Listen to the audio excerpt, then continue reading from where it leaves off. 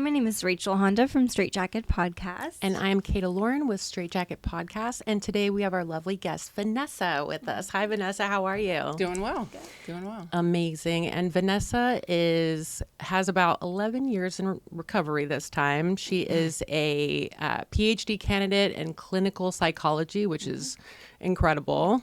And you've worked in the recovery field for 13 years. Wow. 13 years. And you're currently doing your Internship hours towards my PhD while I write my dissertation at Transformations Care in LA. Okay. That seems like a really strenuous process. How can you walk us through the process of? Yeah, well, I got a master's degree before I started my PhD, and then my PhD program included a master's, so I ended up getting 2 masters unintentionally. Show off. Okay. But all together, Double it's mastered up on Yeah. a Tuesday. Yeah, so I've been in school for like the last 10 years at least. Right. You know. Yeah.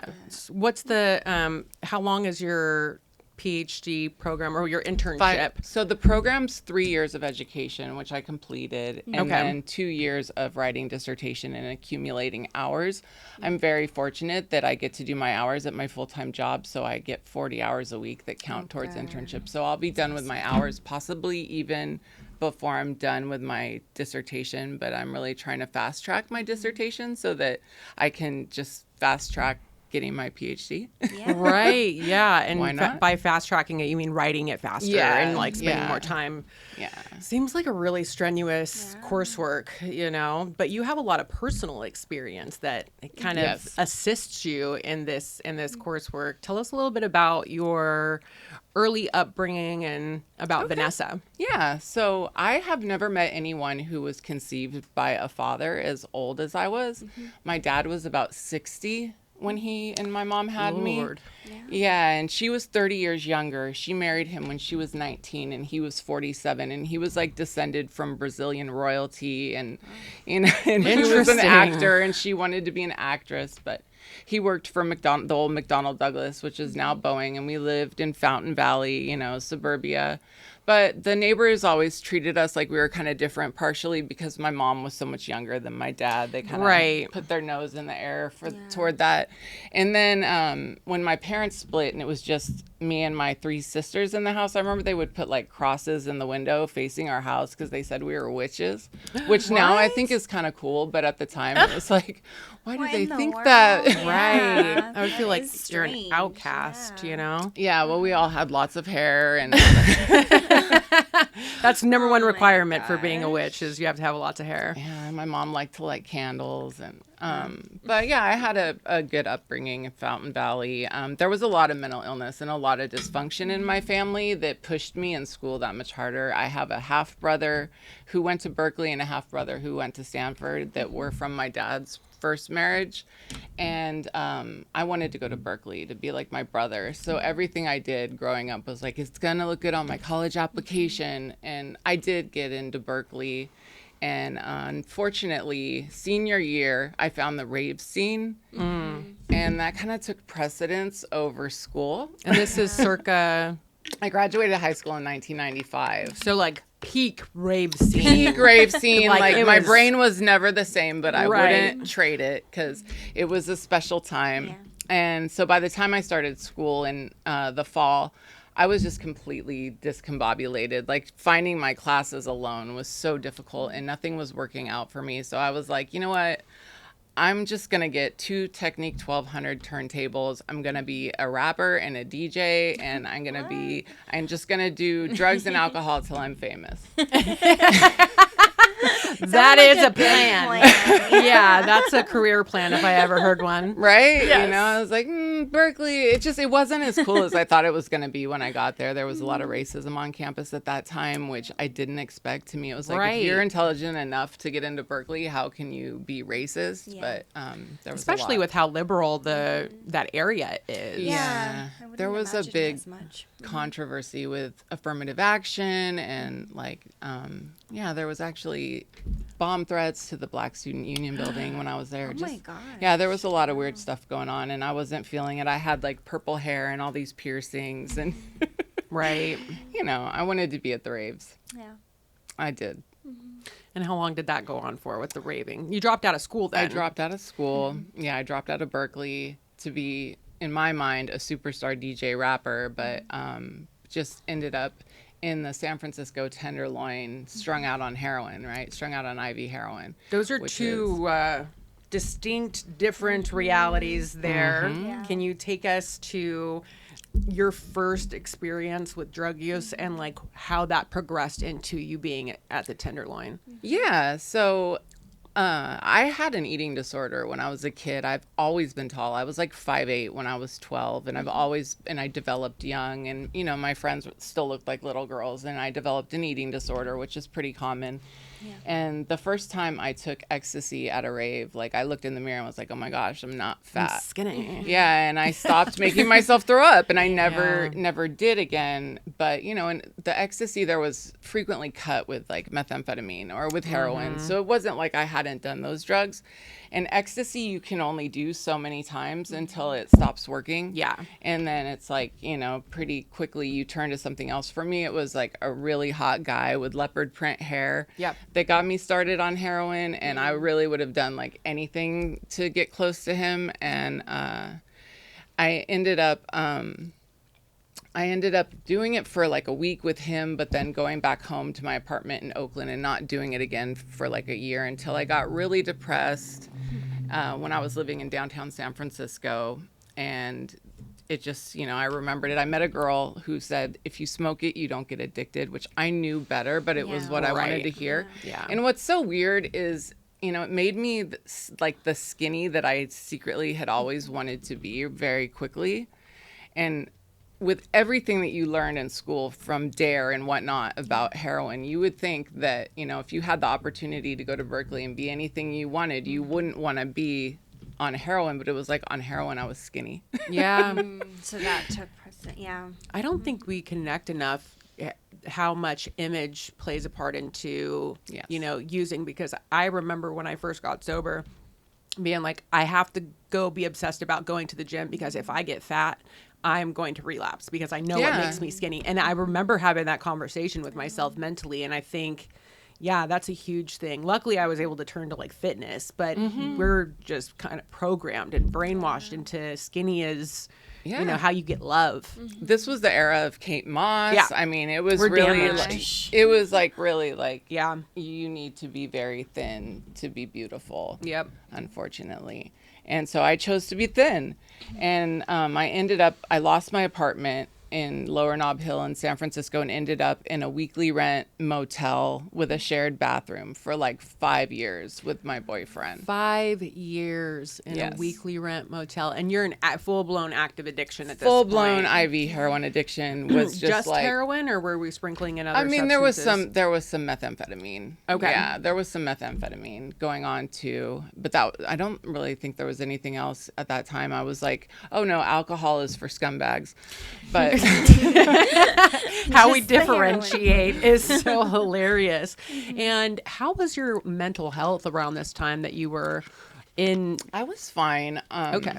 Yeah, I was fine. It wasn't until, so I had a friend who went to Chicago and was able to get China White, which back then in the 90s in San Francisco, all they had was tar. And it was, you know, a big deal, except that when it ran out, like, the regular tar wouldn't get me well. And I had just moved to the Haight with some friends and paid for a full month. And I could never really, I would get on the methadone detox over and over again. And as soon as they started dropping my dose, I'd be too sick to go to work at the strip club. And then I didn't want to lose a place to live. So I would end up using. And so I finally had a place paid for the month where I could just like go through it. Because the last day that I used heroin, I remember that I must have spent like $500 and I couldn't get well enough to go to work. So it was like, okay, I'm just going to go through it. You know, I'm finally paid somewhere. I have a roof over my head for a month. I'm just going to go through it. And it was really bad. Like I remember having a couple days where I couldn't make my mouth stop like screaming. Like just nonstop for like a couple of days, you know, just like it was really bad. And at that time, were you living with people? Yeah, I had my roommates, and unfortunately, like I got through the kick, but I developed psychosis, like very bad. And you had no like mental health markers before that, other than genetically? Like you Yeah. hadn't displayed any psychosis before that? Never. Yeah. No. I'd experienced the depression, but I had never had anything like that. Like I literally thought there were like people living in the walls, and it was really bad. And it's bad when you live with a bunch of people who are doing drugs and they're like, you got to go, because Right. they're just like scared of you. You're a Like burn. you don't make sense. Like you need to go. And so I was just then out on the street in San Francisco by myself, 22 years old, completely in an alternate reality. Like Yeah. it didn't occur to me that I was homeless, because in my mind I was like fulfilling some mission for the government. Like a video game, you were on like little side Yeah, quests. yeah. And like I would walk back and I would just be on a walk. And San Francisco is so small. You can be on one side of town and walk over to the other side of town and back and forth. And when you're young, there's like, I swear, it doesn't matter how crazy you are, there's a thirsty dude for every young chick. Yep. And so people would be like, oh, you need a place to stay, and I would go there, and then most of the time they'd end up being creeps, and so I would end up like fighting them and having to leave. But I would also do things at that time that just didn't make any sense. Like if a door was unlocked to a house, I would go in and start moving furniture around, because this was right after 9/11. And in my mind, like if this chair's over here, the terrorists can't attack us in San Francisco. And that made sense to me. Like I thought I was like preventing Saving the terror. world. Yeah. Oh yeah. I'm saving the world. How bizarre is it what our brain does? And I think because that's a trauma response to your kick, right? Like the withdrawal was so traumatic that your soul literally freaking left your body and checked out. Like some type of brain damage was done. Yes. In that to make you go into such a deep psychosis. Yeah. And I would know things that there was really like no explanation for me to know, which is what's so interesting, because in some cultures, like if someone has a psychotic break, it's like, oh, this person has a gift. They have a window to the spirit world. We need to give them a guide and teach them how to manage it. They're straddling realities. Yeah. But, in this country, I just kept getting 5150'd. I would do, I'd go in buildings that I would trespass quite a bit. I got arrested for stealing a car because there was a car with the key in the ignition, and to me that like meant It's your that, car. oh, they left me this car.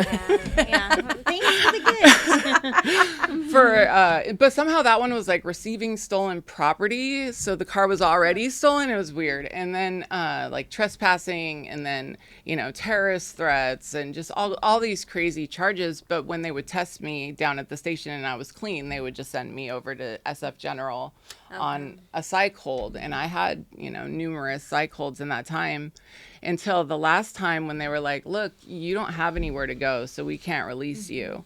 You don't have an address, so we're just going to keep you here for like 2 years. Indefinitely. What? Yeah. So Oh I my I hadn't called home. I had a pretty gnarly resentment going on, and I hadn't called home, which was just ridiculous, but I hadn't called home in 5 years. So my family did not know if I was alive or dead. When I was strung out on heroin, I kind of figured that the unknown was better than the truth. And I really didn't want to subject them to any of like what I had become, because it was really bad, Chaotic and Yeah, it was really bad. heartbreaking. And so I finally called my family after 5 years, and my dad, who was in his 80s, drove all the way up to San Francisco to get me from the psych ward and brought me back Fountain down Valley? to Westminster, where where he had moved to when my parents split. And yeah, he came and got me, but I didn't understand that I had mental illness yet. Like I remember they gave me this bottle of Risperdal, and on the drive back I must have taken like 6 of them. Oh Okay. my gosh. Were we trying to induce sleep, or I don't just know. still in psychosis and just like Yeah. six seems like Like, it would work this better than seems one. good. I have no idea what I was thinking, It's just like, oh, I don't feel better yet, so I'm just gonna keep taking these. And he took me back down to Orange County. Somehow I got a job at Abercrombie and Fitch, and then had like a psychotic break at South Coast Plaza, where I was like tackled by all these security guards. And ended up on and what's crazy is that psychosis run, like I got off of heroin in April of 2001, and I wasn't back down in Orange County until I remember I spent Christmas of 2001 in the psych ward on a 5250 hold which is 2 weeks because like you're extra crazy and like, 72 hours isn't Not enough. enough. And had a court date where they were going to decide if they were going to hospitalize me long term, which Right. I think I was looking again at 2 years. So to back that up, if they were to have a court date, would they contact family? Do they? Because I know they have some protocols now. It's not like it was back in the day where you could just lock somebody up without a key, Yeah. for years and years. Yeah. Well, it's an interesting full circle because my dad did have his mother locked up like that. She spent like her last at least 10 years, I think, at Camarillo State Mental Hospital. My grandmother, she was like this silent films actress, Barbara Leonard, and when her career started floundering, she developed a morphine addiction, and my dad walked in on her injecting and just had her committed for the rest of her life because that's what you did back then. So it was kind of this full circle that then he came to my court date and was like, look, I'll make sure she takes her medication. Please don't hospitalize my daughter, and got me out. And so I was like, okay, I'll take the meds, because they said that if I got in trouble again, my dad could be liable. Do you think he had some guilt about doing that to his mother, and that's why he? Oh yeah. He always said that we didn't know what to do back then. Right. Like they didn't have substance weren't abuse treatment. Camarillo State Mental Hospital was like the best treatment for opioid addiction at that time, and they did lobotomies, and they did all this crazy stuff. When my brother visited my grandmother, she was just like, she didn't even know who he was. Right. She was just out of it. Like completely mentally comatose. Yeah. Like they're there and their eyes are open, but there's Yeah. nothing going on. Like, Yeah. And I don't know if my dad was trying to prevent something like that, but he was like, no, you're not hospitalizing my daughter for 2 years. So I started trying to take the meds, right?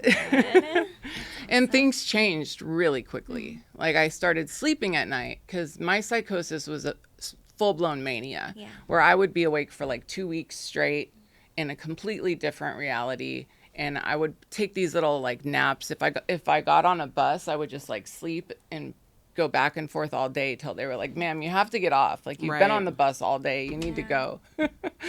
And other than that, I would just, be awake for like weeks at a time. And I was out on the street, homeless and psychosis for close to a year, like 9 months, you know, and, just so many traumas that you go through in that situation when you're a young chick. Yeah, on the street. yeah. Well, people also don't correlate like the lack of sleep to psychosis. Like when you're in mania, like and if you're on a meth bend or whatever it is, the lack of sleep is actually what can cause the psychosis because your brain doesn't have the shutdown to program everything, like to sort everything out and stuff, and it starts crossing wires and you can literally lose your mind just from the sleep deprivation. It's like when a computer starts getting weird and you need to restart it. Like it needs its restart to stop, kind of similar. It's very similar. So yeah, my mental health improved, but I was on outpatient Thorazine and I would just fall asleep at work. Yeah. Like I thought I had narcolepsy. I didn't understand the pharmacology of Thorazine and how strong it is. So I was like, oh my gosh, I'm falling asleep at work. I have narcolepsy. And at work one night, a girl was like, oh, come in the bathroom. And I smoked some meth with her. And I was like, oh, this is amazing. The cure to my narcolepsy. Yeah. And so that started this next like 8-year run with that, which after just 2 years, I ended up in the hospital with congestive heart failure. Like full-blown congestive heart failure. Like my ejection fraction was only 10%. And everyone was like, all the doctors are like, you have to get clean or you're going to die. But I didn't know how to do that. So I would leave the hospital after just almost dying and stay clean for a few days. But I would just get to this point where I felt like I had no control over it, Right.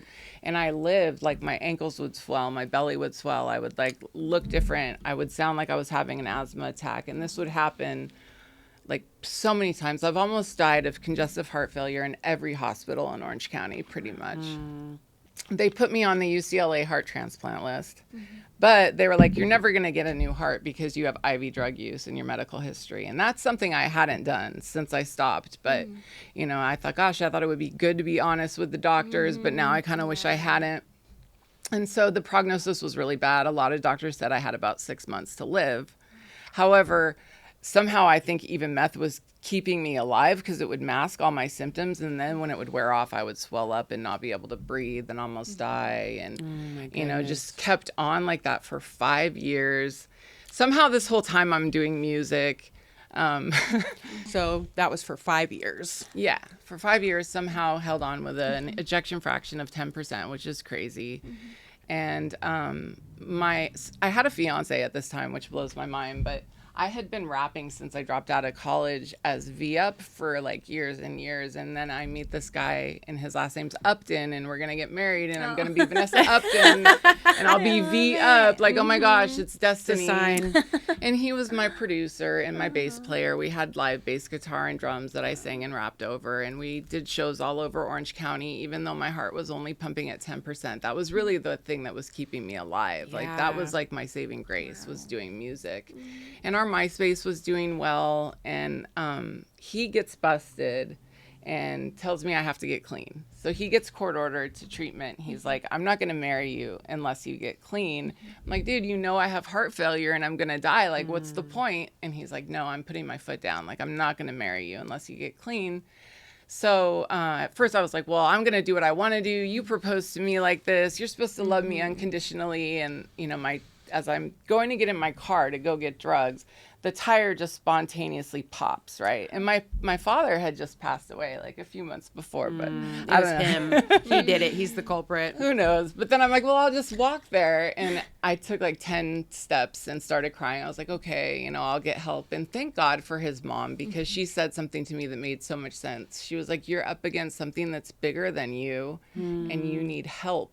Yeah. And I was like, oh my God, all these years I can't stop because it's bigger than me and I need help. Yeah. She's like, they have a bed waiting for you at the Rock Center, which was like the old Rock Center in Orange County on 13th Street. Low bottom indigent recovery. Like it's the last block house on the block. Like if you have exhausted every other resource. Oh yeah, I didn't have health insurance. That's the last place that you go before you end up in a grave. Honestly, here in Orange County. Yeah, definitely. And I went through detox. Then I went and stayed at a sober living for a couple weeks until a bed opened up in the 90-day program.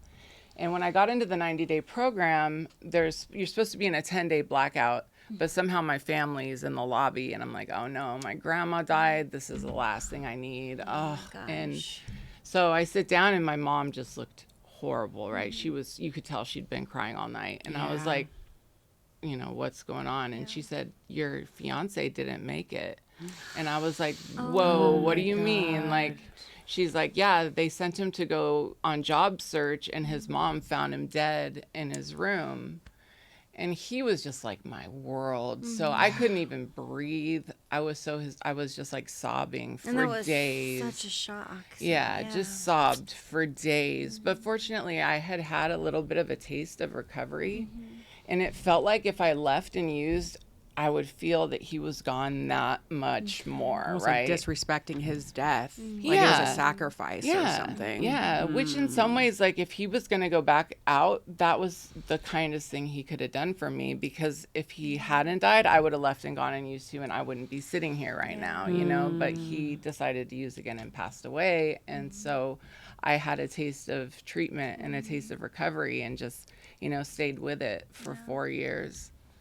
And how is your health at this point after he passes? My heart was still only pumping at 10%. After 30 days, they sent me out on job search, and I fainted behind the wheel and totaled my car because my heart was so weak. I would just like rock back and forth violently in meetings. Telling me I had to sit still for an hour and a half to get better was like the worst thing in the world, because sitting still was really hard. And I think it's because my heart was so weak that I had to like move your blood or along. else you would like fall asleep. Keep moving. And just sat there, rocking in meetings for about 6 months until now I'm clean, so the doctors will help me.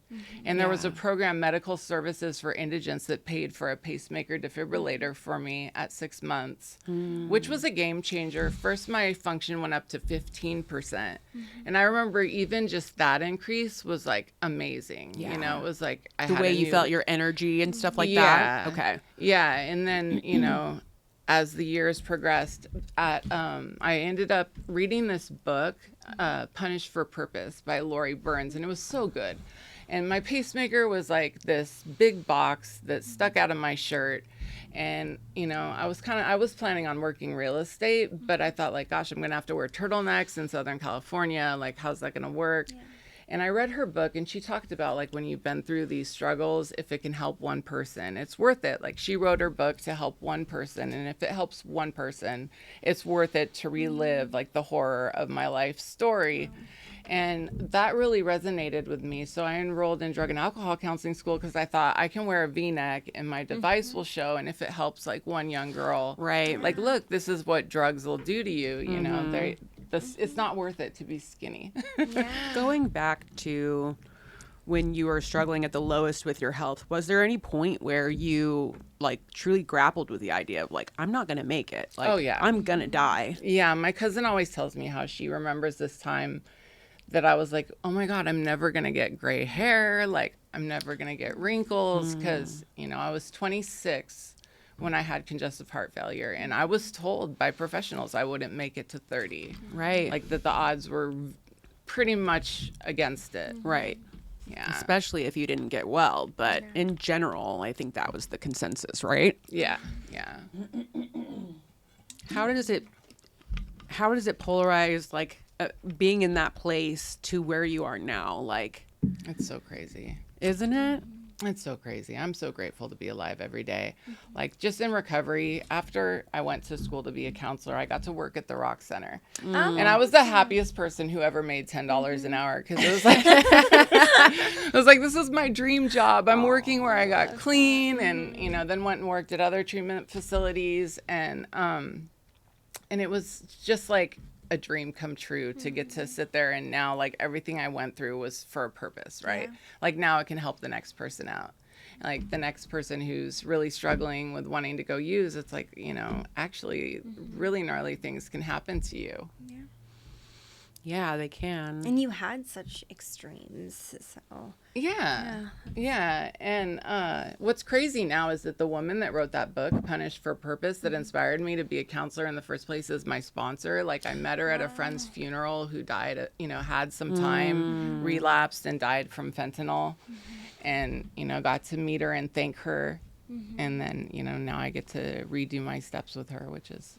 That's so crazy. One of those like cosmic recovery. It's one of those cosmic alignments, which happens, you know, more often than you think. Like, especially in early recovery, like when you really need to see those really, like, there's no way that just happened. Like, that's how it feels. Like, God's knocking on your door, like, no, I'm real. If you're willing to walk with me and you're willing to fully depend on me and let me show you how we do things, like, this is what's available to you. But it's my will. It's my way, you know. But there are signs, like, and the one thing that I always say to people who may be struggling with that part of recovery is just ask.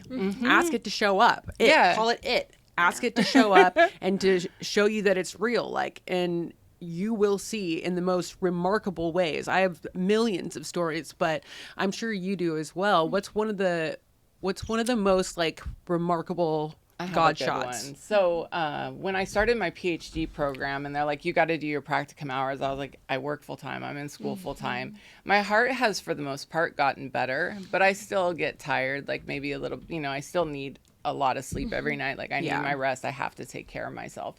And I was like, how am I going to do an unpaid practicum and work full time and go to school full time? And I had just gotten recruited to go work at this new place for $5 more an hour with benefits. And they gave me a $5,000 new hire bonus, which was amazing, right? Yeah. And I had just taken this position. And so I look on the list of my school's approved practicum sites, and it's number 1 on the list, like the place I had just started working. So I got to get paid for practicum. I got to do all my hours where I was already working. Never had to go work somewhere for free. Never had to go interview to go work somewhere for free, which sounds terrible. No, but I mean, you have to be able to survive. Like, God knows what you need in order to be able to make it. Like, you're not being asked to, You know, like you're not being asked to give up everything for nothing. Yeah, There's a even exchange. Yeah, and it made so much sense to me when I got to the Rock Center that I needed something bigger than me to get better, because I had just had that realization that my problem was bigger than me. So that made sense, right? My problem's bigger than me, so my solution is bigger than me. It's basic math, like checks out. Did you have a relationship with your higher power before that? I did. So I had a really powerful experience when I was in the Tenderloin in Psychosis. There was this guy that was like, oh, you can come stay with me and be my assistant and I'll pay you. And he ended up being a total creep. And I was like, take me back to San Francisco. And he's like punching me in the car. And I jump out of a moving car and run into Golden Gate Park. And he's chasing me, right? Like, I'm going to chop you up and bury you. I've done this to so many dumb chicks like you. No one's ever going to find your body. And I went behind this tree and I just suddenly had this feeling like I wasn't alone, and just like felt these waves of like love, and just like something was just like, just stay right here. You're in my care. Nothing can harm you. And I just like sat there and went to sleep. And when I woke up the next day, I had a new watch on. And I think it was probably someone just saw, oh, this poor girl is like asleep in the park. Let me at least give her a watch, you know. So, but I still have the watch. Like it was a game changer to suddenly know what time it is, and when it was getting late and I needed to find a place to get indoors because it was going to get dark, like knowing what time it is. But to me, it was like, it's a watch because something's watching, right? Like something's watching over me, like something's with me. I'm not alone. And so you survived that. Yeah. Like that's definitely an account of a miracle. Yeah. You know? Yeah. I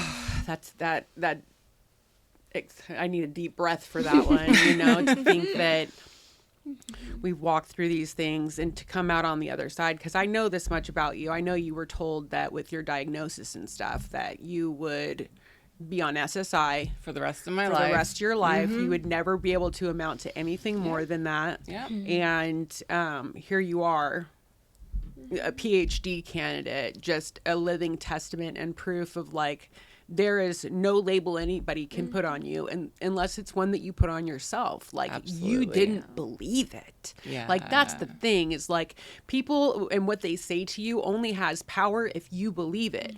But you said, no, I've already defied dying of congestive heart failure. Let me just try this one thing, which was going back to school. And you just took one step after the other, and then here you are. And like I was saying, we would call this episode From Psychosis to Psychiatrist, you know? Psychologist to psychologist, you know? But it's such a remarkable feat. Like, Thank you. You know, I hope you give yourself the credit that you deserve for walking through all of this. And like the ability to tell that story with so much poise, because your confidence in your character is through experience. It's real. It's authentic. Like every single mark you've hit, you know. So what do you think has made you such a resilient person? Like what made you keep going? Oh, wow. That's Is it lack of choice? Yeah, sometimes it is a lack of choice. Yeah. And it's also like, I think when, you know, they said I was going to die of heart failure, and the best I could hope for with my mental problems and physical problems was to be on disability the rest of my life. It was like, you guys don't know me that well. I cold kicked heroin all by myself. Right. Like I can do this. Defiance, I think, is another one that's really vital. Definitely. That is a superpower at times. It if is. you use it. Yeah, rebellion. Yeah. Just to spite you. I'm going to get well. I'm going to save my own life and become a psychologist just to literally spite you is all.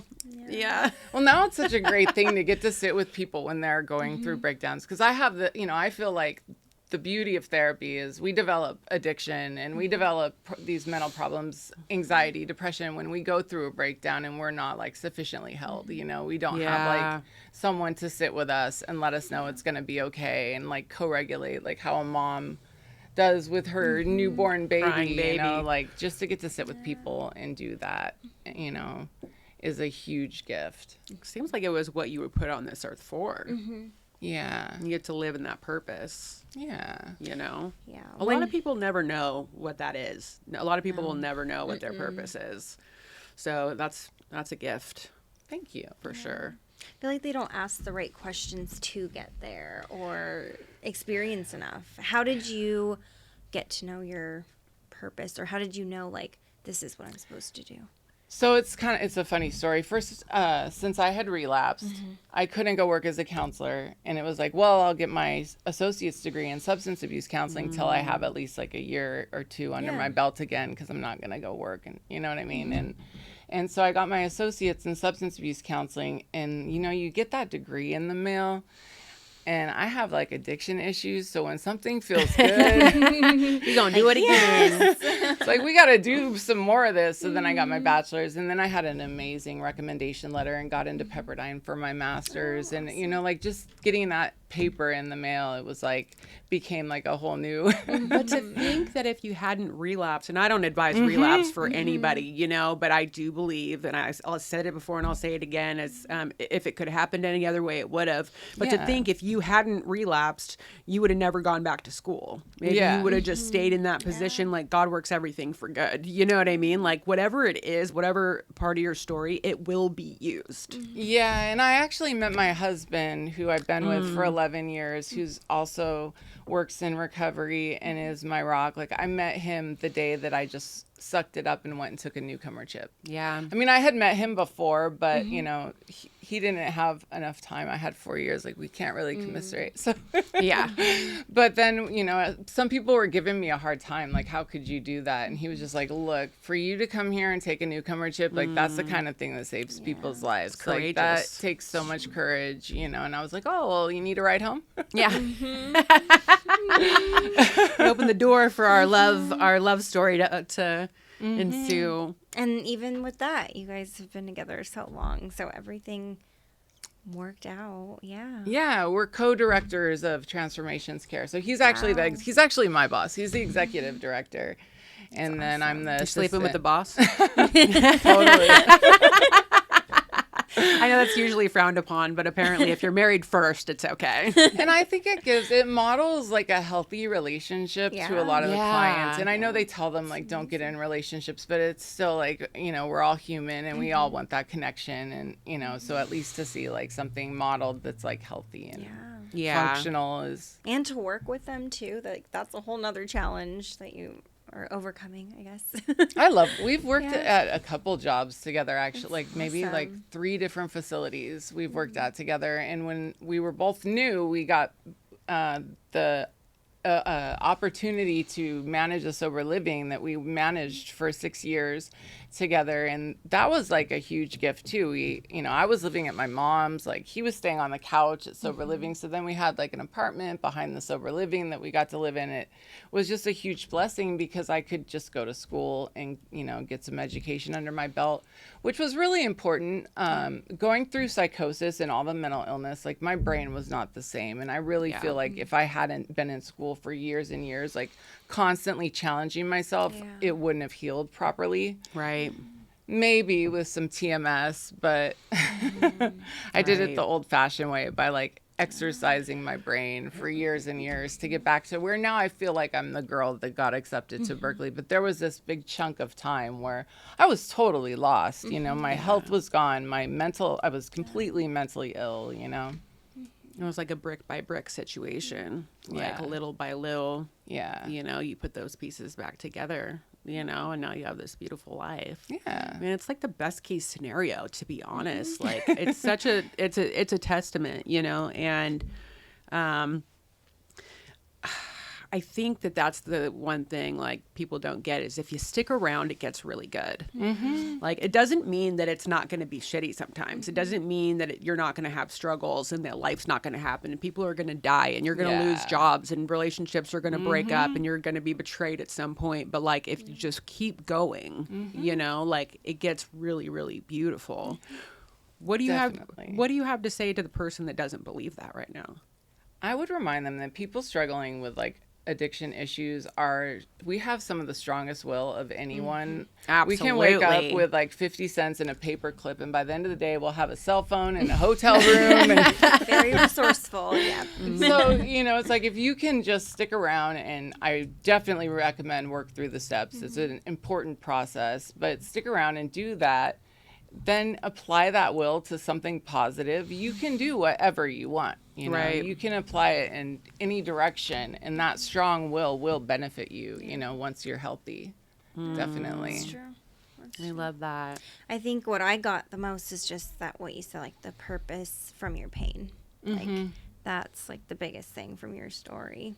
Yeah, definitely. Found that. Yeah. I thought that, you know, I was in this unique situation when my fiance died in treatment, and I can't tell you, working all these years, how often that happens, you know? Yeah. When a couple is partying hard together and one goes to treatment or they both go to treatment, like it happens so frequently because now your body's like free of all the substances. If you use once, you're so likely to just pass away. Happens so often. Yeah. I think that's what is not spoken about a lot is like most of the deaths come from relapses after treatment because of the lack of tolerance, Yeah. you know, whereas Yeah. when you're using every day, like, you know how much you can take, but then you're in treatment for 30, 60, 90 days, whatever, you come out, you take that same dose. It's a lethal dose, Yep. you know, because you can build a tolerance really quickly, but you can also lose a tolerance Yeah. incredibly quickly. Like, you don't realize how quickly it can go. Yeah, your body becomes like opiate naive again. Like, Yep. yeah. Immediately. Well, it takes a little bit, but still pretty immediately. Yeah, I've walked a lot of people through that situation, you know, and it's terrible, but at least to be able to show that you can come out on the other side, you know. Right. And what is the best part about working in the field that you're working in? I think it's always a great reminder of where we came from, and that's important. And like I mentioned before, getting to sit with people, getting to normalize mental illness is so important to me. Yeah. Because I feel like there's so much shame around it, you know, around having a diagnosis or around like having, you know, something going on mentally.